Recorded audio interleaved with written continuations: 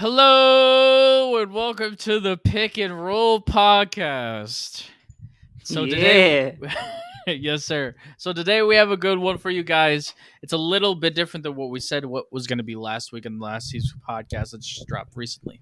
Um, we're transitioning to full games because after doing some research, the NBL starts a few weeks before college basketball and the G League, so we can scout full games. So that's what we've done. The NBL's got some really elite prospects. They have the guy who might be arguably the number one pick, Alex Sarr, right now, at least this early in the draft process. They have a few guys that might work their way up to the lottery. Trey Flowers, Bobby Clintman, and they got AJ Johnson playing there. Ariel Huckporty. Don't know if I got that name 100% correct. You know what I mean? AJ Johnson's got some upside. Huckporty's like, a later kind of draft pick guy. So bless you. Thank you. So we're just going to be basically giving you our full game breakdowns.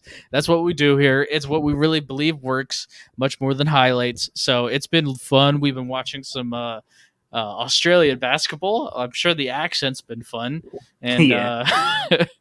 is there Put it on anything the you want to say Bobby. before we get to the first guy? Yeah, let's go. All right. The first man up is the man of the hour, the guy that we'll be talking about for the next 3 weeks, Alex Sarr. He's 7'1" center. He's originally from France. He's playing in the NBL right now. We got to face him, watch him play a full game in the first week. You know what I mean? This guy, in my opinion, moves so well, so smooth, such a great high level athlete. He has great balance, just like a great fluid movement. Definitely, there's like no holes in his athleticism. It's not like, oh, he's a little tight hipped, he's not super quick. No, he's very quick. No, it's not like, oh, he can't run well in a straight line. No, he can run really well in a straight line. No, he's not a great vertical athlete. No, he's a pretty good vertical athlete, right? Like, there's no weaknesses there. He's very good everywhere. Is he like overwhelmingly amazing like a Dwight Howard at some things? No, but he's just very, very good at all of them. He's a very fluid and natural handle. That's the first thing that wows you is that handle's really nice. His natural footwork and foot speed is just a nightmare for centers, man. Whenever I can't forget a play where he's driving to the rim, spins left, is like 6 to 8 feet away from the rim. He might miss the shot. He had a poor shooting night. He went like 3 from 12. Might miss the shot, but that was a beautifully, extremely wide open shot that he just created against a guy who's going to be in the G League or be in the NBA as Ariel Huckborty, right? Like he did that, and he got so much open space. And the tough thing is, a lot of centers in the NBA are bigger bodied guys, and they're bigger bodies because they gotta rebound and set screens and be a good, you know what I mean, in the lane and things of that nature. And his footwork and God blessed feet is gonna be such a scary thing that nobody is gonna be able to stay in front of him. He's gonna create so many good looks just from off that. He flashes the ability to have a Euro step. That was really nasty watching him do that. 7-1 with the ball handling. He has a really good spin move, like I just mentioned. Those seems like his go-to moves while high handling the paint. He looks very confident shooting the three-point shot. It's like almost like you leave me open. I feel he shoots it like he feels disrespected by the space that he's getting given. Mm-hmm. Right? He's very confident in it. Is it like perfect jump shooting form? No, but again, Reggie Miller is one of the greatest three-point shooters of all time, and his wrists and his hands hit each other every time he shot threes. No coaching, shooting coach would ever coach you to do that. But Reggie Miller's a top 5 shooter of all time. So, hitches and forms are a little overblown to a certain extent, especially when it's upper body. The hitch is like a little bit in the shoulder, but again, it's not going to affect too much. I definitely feel like nobody cares as long as he, has the ability to shoot that 3-point shot at the next level. It's doesn't need to be 36, 37%, but if he shoots 30, 31, 32, that's enough to believe in. And the way he shoots it leads me to believe that he can at least do that. And guys like Miles Turner make a living off doing that. That's very impactful in the NBA. If you can defend the rim and you can shoot the three, it leads to a lot more of an impact on winning. People understand because all the space at the rim, because that guy's not at the rim. Center's not at the Yeah. rim. Then boom, we have all this space for people to attack. You know what I mean? He mentally wants to put pressure on the rim. He has a very unique play style where I definitely feel like he's not a flashy handle guy like Chet Holmgren, for example. Chet Holmgren wants to put you on ESPN top 10 plays. Chet Mm-hmm. Holmgren wants to hit you with a combo move, and he'll stand there and dribble and dribble and dribble, and then he'll make a shot, and he'll be a really tough shot, but he may make it or he may not, but it's going to look cool while he's doing it. And he's like, Chet's one to be that cool guy, right? Evan Mobley's kind of similar where he wants to put good moves on. Alex Sarr wants to get to the paint and put up shots. That's Mm-hmm. all Alex Sarr thinks about. Doesn't think about, even though he's gifted, he doesn't think about being too fancy. He doesn't think about trying to put people on highlight tapes. He wants to put points on the board, right? And I really like the way he thinks as a center because in the NBA, that's the scary part. I love Alexander Sarr's 3-point shooting, but they're going to want him to shoot instead of him getting to the rim. They'll take that any day. So if he's not wired to think rim first over 3-point shooting, then it's going to be easier to guard him. But because he's just so forceful at getting to that rim and mentally views it that way, it's going to lead to some better production than it would be for if he had Chet Holmgren's mindset, for example. Mm-hmm. I really love that. The most surprising trait is the passing. Man, he made some backdoor cut passes that were impressive. Like most of the time when people make backdoor cut passes, it's like, one hand up and there's like nothing super fluid about it, but there was just something so fluid about it and hit him right in stride. There was not behind him. It was perfect. It was perfectly placed, and it was just he had a few passes and I was like, wow, this guy's got a good feel for passing the basketball. That's a really nice upside that he has. He's a very active screener. He thinks team first in the sense of he's not always searching for the ball. There was a point in times where he was, in position, catch a low post opportunities, but he abandoned those to go set screens for his teammates. He's a team first guy. He's not a him first guy. Coaches are going to love that. GMs are going to love that. He has a good feel of when to cut to the basket and put pressure on the rim. It's really important for that 7-1 body to win. Okay, this set is going to work best with me cutting to the rim right now. And he has a good feel for that already. He's very intelligent. He's a special rim defender, in my opinion. There's a few point in times where he has great timing on top of his athletic gifts, where he put some stuff away. I was like, okay, this guy's got it rim defense wise. You know what I mean? He has a good. He's definitely can switch 1 through 5. You know what I mean? He crashes defensive boards when he's off ball. Like I definitely feel like he's always attacking the boards. You know what I mean? This guy's special. This guy's genuinely super duper special. In year 1, is he gonna be able to dominate at center? No, because his body is going to take a year to fill out. But after year 1, year 2, he can definitely play center anywhere. Me personally, I feel like defensively he's a 7'1" Nick Claxton. Nick Claxton's like 6'11", and offensively he reminds me of Bam Adebayo 2.0 in the sense that Bam's always thinking rim first, paint attacking first, and he's got a good handle and can get to the rim. He's got a good spin move, can euro, is a good playmaker. Right, and you add that on top of the 3-point shot and the height and extra height that he provides that Bam doesn't. That's why he's Bam 2.0. I definitely feel like this guy can average 25, 8, and 4 or 5 in the NBA and have 6 or 7 all defense level team selections after one game. He's a number 1 pick level talent. So that's my take on Alexander Sarr, the super freak from France. Yeah. Oh man, you basically said it all. Can So basically, I virtually agree with you completely. I've seen that he has the skills to be a top 3 pick in my opinion in the 2024 NBA draft, giving France the potential to go back to back. Not saying he's Wemby, but he has the ability to knock down the 3 and has the confidence to shoot with the defender there. He can go downhill, and that's where the magic happens in the post. The smooth footwork coupled with the scoring ability will keep defenses honest. And I do see what you say about far as him I saw it as more like being a little bit pedestrian, but then now that I think about it, like during those games, I was seeing him set picks over trying to score. Um, Yeah.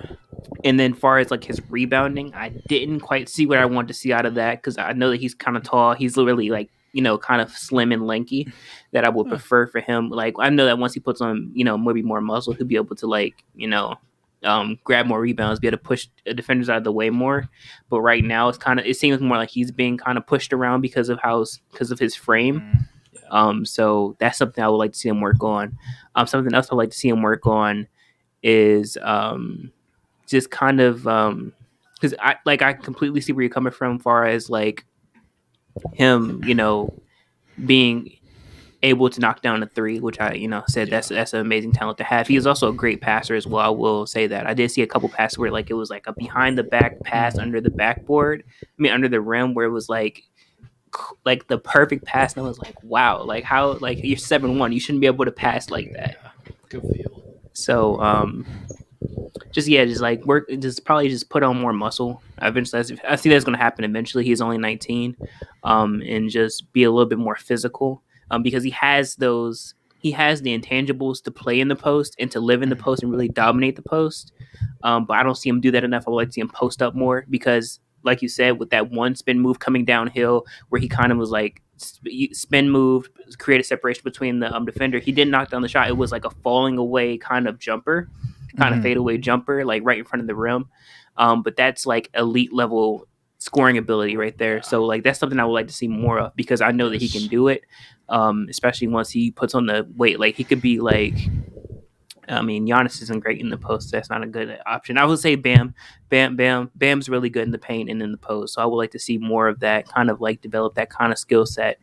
Defensively, I can see Nick Claxton. I would like to see more shot blocking. I didn't see enough to really be like, okay, this is like he's a great shot blocker. But I can see that there were flashes of him being a good shot blocker. Oh yeah. So yeah, and just being good is just having a good defensive IQ.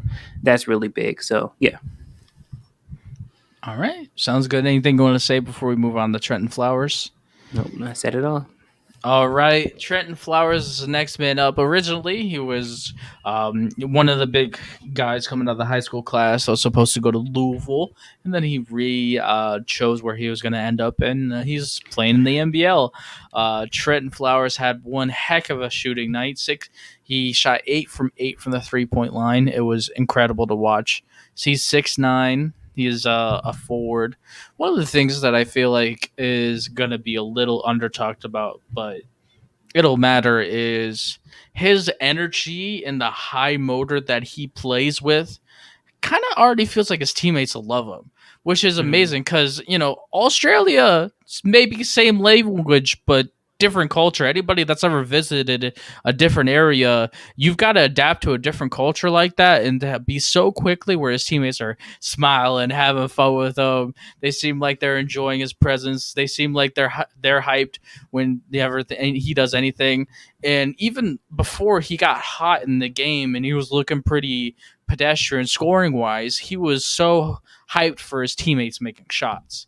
And that were little things I think coaches will really like. The fact that he is somebody that's a team first guy, enjoys other people's success, things of that nature.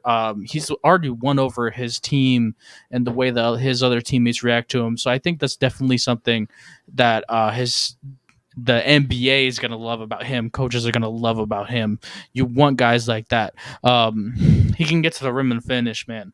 This guy, look, the NBL is a grown man's league. 28, 30, 32, 33. They got grown man bodies there. And even though he's 6'9" and a very good athlete, it's tough for 6'9" guys that aren't super built, like he's not super built yet, to finish at the rim.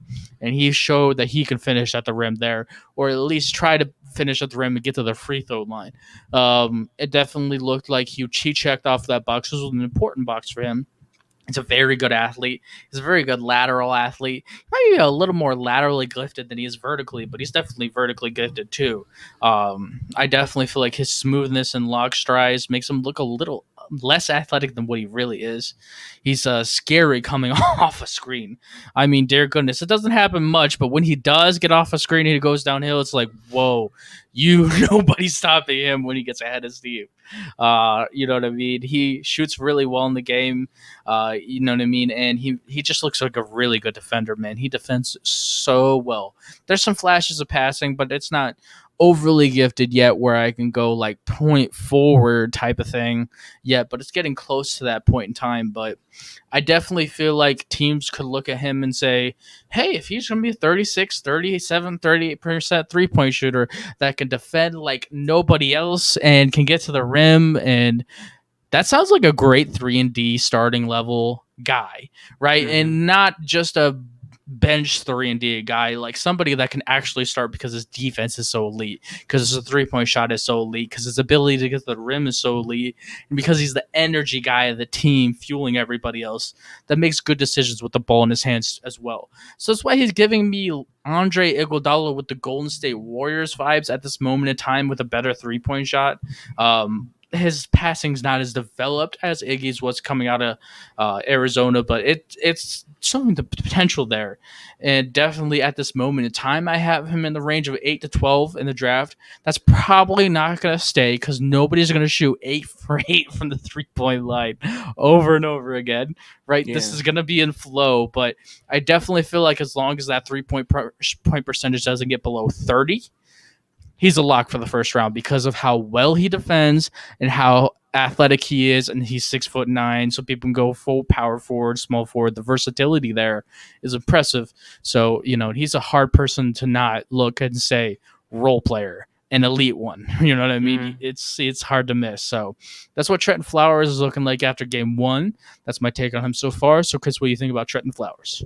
Oh man, he's a bucket. He's a bucket. I mean, like, yeah, I'm kind of high on him because he went 8 for 8 from three and Yeah. scored 23 points. But it's just what I was looking at. Just he was knocking down shots. He was looking very confident in his stride. And one thing I will say is that I agree absolutely, and there's not much that I don't agree with, but I do agree absolutely with the fact that when coming off a screen, I mean, like he's showcased a little bit of his jumping ability, and I know that he's gonna be catching bodies. I know he's gonna be catching bodies in the NBA. I know he is because somebody's not gonna think that he can't jump. It's fine, everything's good. And he's gonna put somebody on a poster, and it's gonna be Trenton Flowers. He's gonna be dunking on somebody. It's gonna be a poster. It's definitely gonna be a poster because I've seen it a couple times. They threw him a couple oops. He's 6'9", maybe borderline 6'10", and they throw him a couple oops, and he's like jumping, like basically looking down almost in the rim. Like he's up there. And then there's like one point in time where I think like he had grabbed he had a putback, and like there's centers down there. He has a putback over centers. So like that's just, I mean, he's like a sneaky athlete. Like he has a sneaky athleticism. Like you don't quite expect it out of him, but yeah, he will put you in the rim. If like he will put you in the rim. It's very impressive. I will say that 3-and-D, I can see that all day. Like, because the way he shoots, defends, I can see him being a 3-and-D guy. Not really special passing, but I can see him like literally being a 3-and-D guy. And then I also know that he is one of those guys that doesn't really need the ball in his hand, and that's what I really like about him, is that he, like, it may look like he's standing around, but he's already kind of planning where this next spot where he's going to go. And then once he's there, it's like nothing you can do about it because he's cutting, he's going to be grabbing, he's going to be catching the ball. He's great catch and shoot from what I've seen so far during this game. So far. But yes, great catch and shoot. Better catch and shoot than what I thought he was basically in high school, for sure. Did not see that coming at all. Yeah. At all. But yeah, he also can cut to the basket really well. I mean, like I said, he's planning his next move. It may look like he's standing there, but he's already planning where he's going to be and where the ball might be and how he can get the ball and get more involved in the game. Yeah, and I will say I did see the part where, like, he's kind of like more involved with the team and things like that. So that's a good sign that you're a team player, especially if you're going to be a role player. Being a good team player, being somebody who can cheer the team on, and then kind of be cheered on by the team because they want to see you do well, because that culture has been cultivated within the team, for to kind of look out for each other. So that's a good player, a good team player. A lot of NBA teams want team players, and that seems like he's a team player. So yeah. Oh, so I have him as because of his shooting ability to move without the ball. I have him as a definite lottery pick. Yeah, makes sense. And so far, like I could see Yeah. him like he could be a lottery pick. Maybe he could sneak outside the lottery. But I see him as a lottery pick. You know who else he reminds me of now that we were talking about him? Kelly Oubre, except a few Yeah. inches taller. That's crazy. Yeah, because Kelly Oubre has that sneaky Yes. athleticism where he'll like he'll put you on a But he's like a poster. high effort motor guy. That's a 3-and-D guy. You know what I Yeah. mean? Like that. Who Hmm. Kelly Oubre is a really high level 3-and-D borderline starter. He's starting for the Hornets. So, It's true. Yeah. yeah. Okay. That's not a bad player. Okay, that's a nice comparison. Yeah. I'll give that. All right, you ready to kick it to the next guy up? All Let's right, go. next man up is Bobby Klintman. He is 6'10". Last year was in Wake Forest. He was supposed to be a lock to basically get drafted late in the first round last year if he would have stayed in the draft. 6'10" role player. I think he shot like 36% for the 3-point line last year. He's playing in the NBL. We watched a full game as well. He guards the perimeter really well, just like I saw last time that I watched him play. He's a really smooth guy. He definitely has no hitches athletically. He's a decent athlete. He's a decent move. He's decent vertically, different laterally. No weaknesses there. He's much more stronger. Bless you. He's definitely stronger than he was in Wake Forest, especially in his base and the legs that he has. So I definitely feel like he guards the rim better because of that than he did last year. Last year, part of the defense's worry was, yeah, he can guard the perimeter, but he's not really adding another defender at the rim that you would ideally want from a 6'10" power forward, right? But this year, he's definitely showing more prowess at that and rebounding better. So those are two little things that he does better than he did last year. His handle is another question that he had last year coming out of Wake Forest where he didn't really show much of it. But there's point in times in games where like, okay, nice.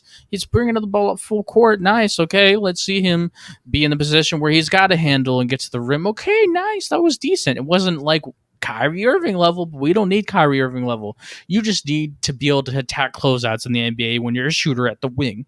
So you need a handle to get to the rim. It's very simple. And he's definitely making improvements in that area. He's still an NBA three-point shooter level already. This guy has always been a good three-point shooter. He will be in the NBL, and he's showing that again in these full games. He has no post game. He didn't have any post game in Wake Forest either. There's not going to be any post touches for this guy. He's definitely improved as a cutter. He definitely got a really good, a few dunks at the rim, a few finish at the rim off of cutting it to the rim and getting some nice rebounds off of those cuts. So, you know what I mean? He's definitely improved at every little piece that he was weak at that was question marks for him being a role player in the NBA. And those question marks were handle. Can he shot block at the rim? Can he rebound the rim? And he's not really moving much off ball, right? And so he's improved at all of those areas that were kind of his weak points. So he's definitely becoming a much more well-rounded role player. And I definitely feel like he's somebody that can be a 3-and-D power forward in the NBA that adds you a little bit of size at that 6'10" length. So I feel like he is a guy that's going to be a 12 to 16 range. I definitely feel like he can be a starter in the NBA. I mean, when you think about it, like when you start naming teams and you say, would they be better with him? Atlanta Hawks. Oh dear goodness, would they be better with him? Right? They're going to be those kind of teams in those ranges where they already got their star players. They just need that right piece, and he could be that right piece for a lot of teams that'll be in that range. So that's why I think that he's going to be somebody that is going to go 12 to 16. He can either sneak his way at that lottery or he can sneak his way to the edge of the lottery, but I don't see him falling much lower because he's just such a well-rounded role player already. So what do you think about Bobby Klintman, Chris? I was okay. So I looked at I'll start with this. So I looked at Bobby Klintman with fresh eyes. See, I didn't scout Bobby Klintman last year, unlike Jason did. You know what I mean? He knew that he came out of Wake Forest. He knew what his difficulties was, what his strengths were already. So I'm looking at this guy with fresh eyes, and I will say that I can see him being a like edge of the lottery, kind of possibly lottery if he improves with Uh-huh. some things. But I would need to see more, and there's some things that I didn't see that you kind of touched on. So I'm gonna touch on what I didn't see and what I Okay, would like cool. to see. So Sounds fun. basically, this guy looks very pedestrian on the court. Okay. Without a doubt. Without the ball, he just kind of stands there. He looks like a lump Okay. on the log. He doesn't Mhm. move. He just stands there and he waits and waits and waits. And then there's points of times where he's like, oh, wait, I'm in a basketball game. Let me cut to Yeah. the basket. Oh, wait, I'm in the basketball game. Let me set a pick. Oh, wait, I'm in a basketball game. Let me do this. Let me do that. And I'm just like, guy, okay, listen. Anyway, one other thing I'd like to see him do more of. He's 6'10", he's a power forward. He lives among the arc too much. I would like him to see him post Mhm. more. I mean, you 6'10", he doesn't have a thin body like Alexander No. Starr, but even Alexander Starr could be a post guy, could be a Mhm. post scorer because he has that ability. But he has a thicker body. You know what I mean? Kind of like a bigger frame. He should post more because a lot of those guys in that league, albeit there is that one guy. I think he's like really tall or whatever. On the I think what's his name? Pender? Shoot, Pender? not Pender, not for Perth. It was for the team that they played. Goodness. Oh, the team the Taipans played. Melbourne, Okay. Brisbane. It was a center that they put in because the Taipans was whooping that ass. I mean, they was came out firing. I mean, it was like 9-0. And like it put the center in or whatever. And like I could see him like, okay, the center was kind of thin. You know what I mean? Like, yeah, he was a shot blocker, but he's kind of thin. I would like to see like Bobby Clintman, okay, I got the bigger frame. I'm 6'10". He may be taller than me, but I'm pretty sure I'm stronger. That he should have Yeah. posted him. You know what I mean? Like there should have been points in times where he should have used he should have learned, I mean, did some form of post move to get more involved instead of just kind of just standing and waiting or standing and waiting and Mhm. standing and waiting and then making that one cut and getting a layup, making a cut, getting a dunk, making a cut, and every once in a while. But he really was like, I seen him a lot, like standing around. I seen a lot. He looked very pedestrian on the basketball court.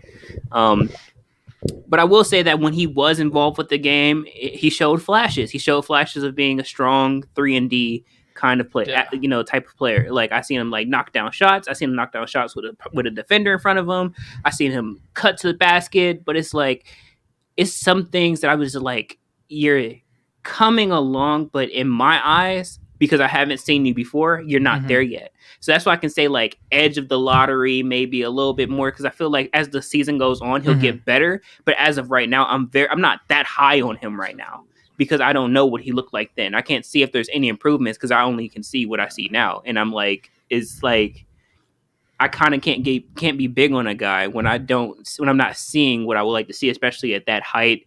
You know what I mean? I don't know how much he weighs, but he has Oh a bigger yeah. frame, so he has to be at least like 200, 20? maybe 2 200 in the 200 range, 220, maybe. 230 if I had to guess.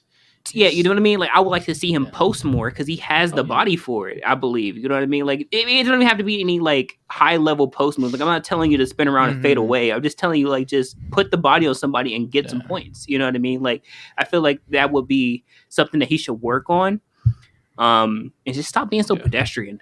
He watches Yeah. a lot. I definitely feel like you bring up a good point, though. That is the reality for Bobby Clintman, where there is an iron wall on top 10 because this guy is never going to be a shot creator. There is no flashes of him doing anything shot creating for himself. That's not, dribbling to the basket or shooting a three off the catch. It's Yeah, all role player, and you're definitely right in that sense of you're not going to see anything else. That's just it seems like the reality is he is not ready to be anything more than that. And I don't think he'll ever be more than that. I definitely think his peak will probably be 11, 12 points per game. But, kind of hmm like Markeith Morris. Like, yeah, Markeith Morris got nothing in his game other than being a role player. That's what you think he'll be yeah, like. yeah. Like I said, I would like to see more. But if that's the case, then Yeah. that's the case. If he doesn't get any better and he doesn't start posting or whatever, then hey, it is Yeah. what it is.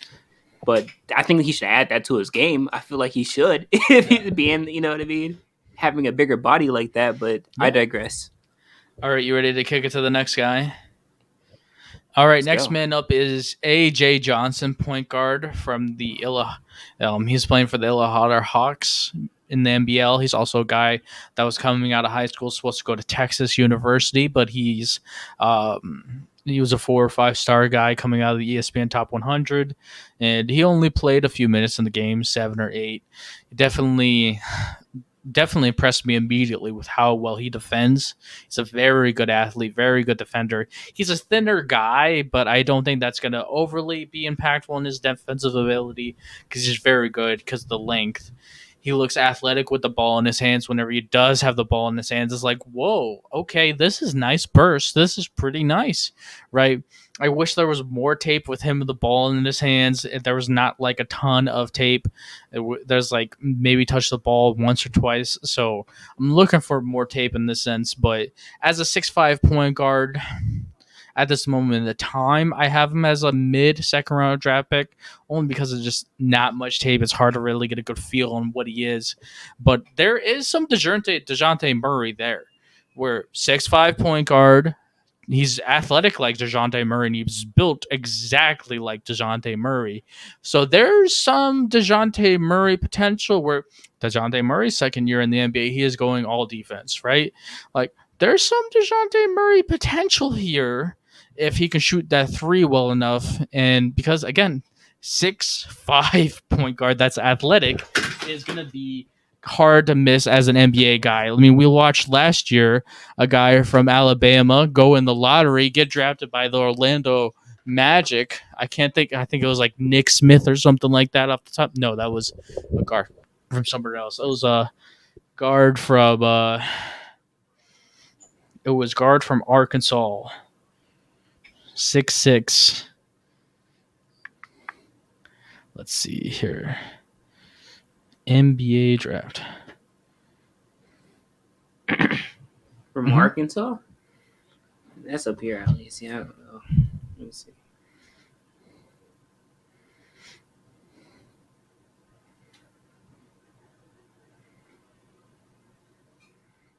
Anthony Black. He was a 6'6" guy that didn't really shot create much for himself, had a really good feel for passing the basketball. But the intrigue was, yeah, he doesn't much of a bag, but he's a 6'6" point guard. So we're going to draft him higher than what his skill set may be because he's a 6'6" point guard and he's super tall for the position, right? And that's the intrigue with A.J. Johnson. That's why I think that he definitely will get drafted this year, even if the tape's not overly amazing because 6'5", good athlete, point guard. That's something that you draft even if it's late in the second round as a long-term developmental prospect, right? And you know what I mean? And that's what AJ Johnson has so far. Again, wish I get to see more tape on him, but that's where he's at so far. The lack of tape, on this guy just kind of like puts things in perspective. He only played about 7 minutes, I think, 7 or 8 minutes. Just like you said, and not much to go off here. I would say that he possibly could.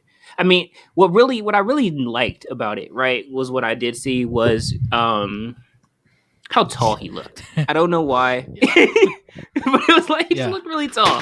He looked really tall and lanky, and like he was kind of like and like that kind of like I was like, okay, this looks like okay as a point guard. You know what I mean? Tall and lanky. You're 6'5". Everybody else might be like 6'2", 6'3", 6'4", unless you're playing against Ben Simmons. But I digress. And everybody's not Ben Simmons. But so like I did like I mean, like, yeah, it's kind of weird, but yeah, I did like how tall he was compared on the court. I was like, okay, he looks like he could be guarded, like he could be drafted just off of his height, and you know what I mean. He has it's a little bit of a handle. I didn't really see too much because it was like I just seen more defensive anything, and then like I think he got the ball maybe once or twice, but nothing too major. It wasn't. I mean, I just truly didn't see enough to really like. I mean, I'm sure we will. I'm sure we have like about 3 more games or so. Yeah, we'll watch a lot of tape. Yeah, so we'll see some more. But right now, I kind of disagree with Jason. Like just off the fact that he's he looks athletic, he's tall. He'll go like maybe mid second round possibly. Not. I mean, he won't be high up until we see more, but. Just mid second round. I'll go with that. Okay. All right. You ready to kick it to the last guy on the list? Number 5 on the list, Ariel Hukporti. He's originally from Germany. 7-footer. This guy has the best. His best ability is the way he looks in a jersey. He's very strong.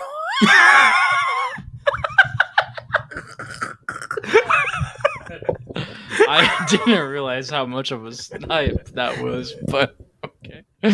When you say that out loud, when you say that out loud, this is so good. When I wrote it down, it sounded good. He said his best ability is how he looks in a jersey. Oh my god, no. Okay. Let's, right. I was talking about his jersey fitting. He looks like a bulky guy. He has a pretty good strength, but not like overly strong, where his body is super thick and can't really move well enough to be guarding guards. So that's the best ability that he does have. He is a decent post player, but he's not doing that ever in the NBA because he's not good enough. He defends the rim decently well. He moves laterally pretty well, guarding the perimeter. There is enough there to be draftable at like 56, 57, 58, 59, 60. He's a borderline NBA center. Let's just call it what it is. 12th guy on the roster. Maybe if he makes 100% of his potential and has the work ethic of Kobe Bryant, he'll be the next Wayne Dedman. That's the best he can be. Wayne Dedman. It's not looking up for Ariel Hukporti. And what else can I say? We watched the full game of him. He's a second round late draft pick at best. He might not. It's tough. He's borderline. Nothing special there. But hey, he'll be making both of us for more money than the rest of our lives because he's going to be playing overseas for the next 10 years because he's going to be good enough to do that. So congratulations on not being good enough for the NBA. Got it. Okay, good. Okay, you're next. Just digging at this man. Okay, look, so that's the nice part about it. Jason was very nice. I'm not going to be nice. Listen, this guy, right? Well, look, if I was draft, I would not draft this guy at all. I just don't believe in the ability of the talent, none of that. I don't think it's good enough. He fouled out of the game. That showed me enough, everything I needed to know there. You know what I mean? Like he didn't do too much. He wasn't great posting. He wasn't great at this. He wasn't great at that. He was just 2 bags of smoking hot ass. Like that's what it was. It was not good. I didn't enjoy watching it. I focused during the game that I watched. My eyes was so fixated on Alexander Starr that I even forgot he was on the team, on the other team. Like, only time I noticed him was because they was like, Hukporti just fouled. And I was like, oh, again? And they was like, Hukporti fouled out. And I saw him walking toward the bench and walking out the arena. I was like, who is this guy? Like, I didn't even know he was there for a second. So it's like, I don't know. No, he will be in Australia or somewhere like that. He will stay overseas. He will not go to the NBA. But even then, like Jason said, who cares what we say because he'll be making more money than us anyway. But 2 bags of flaming hot ass. That's what it is. Yeah, I mean, he's good for that level, and he's like 22, 23, so that's why he's going to make on these boards. But yeah, there's not much else here. We might watch him once, maybe twice. Don't put me through that. There might be some cross scouting where we have to watch him, but we might not even talk to you about it if he sucks that much. Yeah. So don't put me through that. All right, Chris, you have anything else you want to say? No. Okay. No. So yeah, guys, this is gonna be the process for the next few weeks. We're gonna be scouting these guys. We're gonna be scouting about. You know what I mean? We're gonna be talking a lot about Alex Sarr over these next 3 weeks before college basketball gets started, before the G League gets started, and Trey Flowers and AJ Johnson getting more game film. Because that's going to be the prerogative of this podcast. We're going to watch multiple games of these guys to get a good feel for you guys, to give you guys the best draft breakdown content you can find out there. So anything else you want to say, Chris? Yeah, I want to say that during the game that I was watching of Alexander Starr, who's on the Perth Wildcats versus, I think, Melbourne, I think the biggest story there was not even Ariel Hukporti. it was Travis Hunter, which being traded from, leaving Perth to join Melbourne. I don't even know who Travis Hunter is. And it kept showing him. And it was like his mom and dad is in there. That was the biggest story. It wasn't even Hard Hill. They didn't even focus on him. Don't put me through that again. Anything else you want to say, Chris, before we kick it? No, I'm fine. Okay. That's it. Thanks you guys for listening to the Pick and Roll podcast. I'm Jason. And I'm Chris. Peace out. Peace.